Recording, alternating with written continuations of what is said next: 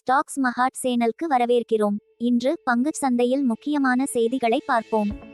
Sensex 199.17 புள்ளிகள் அல்லது 0.27% சரிந்து 73,128.77 ஆகவும், நிஃப்டி 65.20 புள்ளிகள் அல்லது 0.29% சரிந்து 22,032.30 ஆகவும் இருந்தது. வர்த்தகம் செய்யப்பட்ட 2627 பங்குகளில் 837 பங்குகள் உயர்ந்தன மற்றும் 1703 பங்குகள் சரிந்தன. Top 5 gainers: BPCL, Tata steel, Titan, ITC, Maruti. Top 5 losers: Divi's lab, HCL tech, NTPC, Wipro, Infosys. இப்போது தனிப்பட்ட பங்குகள் பற்றிய செய்திகளை பார்ப்போம். ITI வாராந்திர சராசரியான 30 லட்சத்திற்கு எதிராக 2 கோடி பங்குகள் கைமாறியதால் ஐடிஐ அதிக வர்த்தக அளவுகளில் 17.67% உயர்ந்தது. பாலிகாப் கோல்ட்மன் சாக்ஸ் 5750 ரூபாய் இலக்கு விலையுடன் பங்குகளில் பாய்கால் அழைப்பை உறுதிப்படுத்தப்பட்ட பின்னர் பாலிகாப் பங்குகள் 3.5% உயர்ந்தன. இது தற்போதைய சந்தை விலையிலிருந்து 33% உயர்வை குறிக்கிறது. PNB ஹவுசிங், NBFC மற்றும் ஹோம் ஃபைனான்ஸ் துறையில் முதலிடத்தில் இருப்பதாக மோதிலால் ஒஸ்வால் அறிவித்ததை அடுத்து PNB ஹவுசிங் பங்குகள் 6.25% உயர்ந்தன. சஞ்சின் இன்டர்நேஷனல் 700 என்ற இலக்கு விலையுடன் UBS பங்குகளை பாய் என்பதிலிருந்து செல் குறைத்ததை அடுத்து சஞ்சின் இன்டர்நேஷனல் பங்குகள் 2.6% சரிந்தன. கப்ரி குளோபல் ஆயுள், பொது மற்றும் சுகாதார காப்பீட்டு தயாரிப்புகளை விநியோகிக்க உரிமம் பெற்றதாக கப்ரி குளோபல் நிறுவனம் அறிவித்ததை அடுத்து அதன் பங்குகள் 17.81% உயர்ந்தன.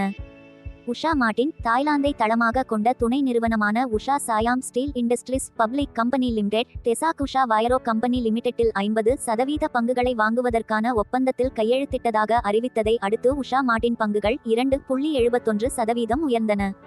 ஆய்ச மோட்டார்ஸ், உலகளாவிய தரகு நிறுவனமான மொகன் ஸ்டான்லி பங்குகளை ஈக்குவல் லிருந்து அண்டர்வேட் குறைத்தது. சந்தை பங்கு மற்றும் விளிம்பு சவால்கள் மற்றும் அதிக மதிப்பீடுகளை மேற்கோள் காட்டி இலக்கு விலையை குறைத்ததை அடுத்து ஐசர் மோட்டார்ஸ் பங்குகள் 0.97% சரிந்தன. நால்கோ மற்றும் ஹிந்துஸ்தான் காப்பர் பங்குகள் முறையே 2.73% மற்றும் 3.58% உயர்ந்தன. ஏஞ்சல் ஒன் பங்கு 13.59% சரிந்தது. மூன்றாம் காலாண்டில் நிறுவனத்தின் விளிம்பு 37.60% சரிந்தது. இது முந்தைய ஆண்டில் 43.3% இருந்தது. பதஞ்சலி ஃபுட்ஸ் Q3 இன் போது ஒற்றை இலக்க தொடர்ச்சியான மற்றும் ஆண்டு வளர்ச்சியை நிறுவனம் அறிவித்த பின்னர் பதஞ்சலி ஃபுட்ஸ் பங்குகள் 2.14% சரிந்தன. ஜோதி CNC ஆட்டோமேஷன் பங்குகள் ஜனவரி 16ஆம் தேதி ஒரு நல்ல அறிமுகத்தை ஏற்படுத்தின. IPO விலையான 331 ரூபாயை விட 11.8% பிரீமியத்தில் பட்டியலிடப்பட்டன. இருப்பினும் பங்கு 15 முதல் 18 வரை சதவீத உயர்வுக்கான ஆய்வாளர் எதிர்பார்ப்பை தவறவிட்டது. இந்த பங்கு இன்சையில் 370 ரூபாய்க்கும் விசையில் 372 ரூபாய்க்கும் திறக்கப்பட்டது.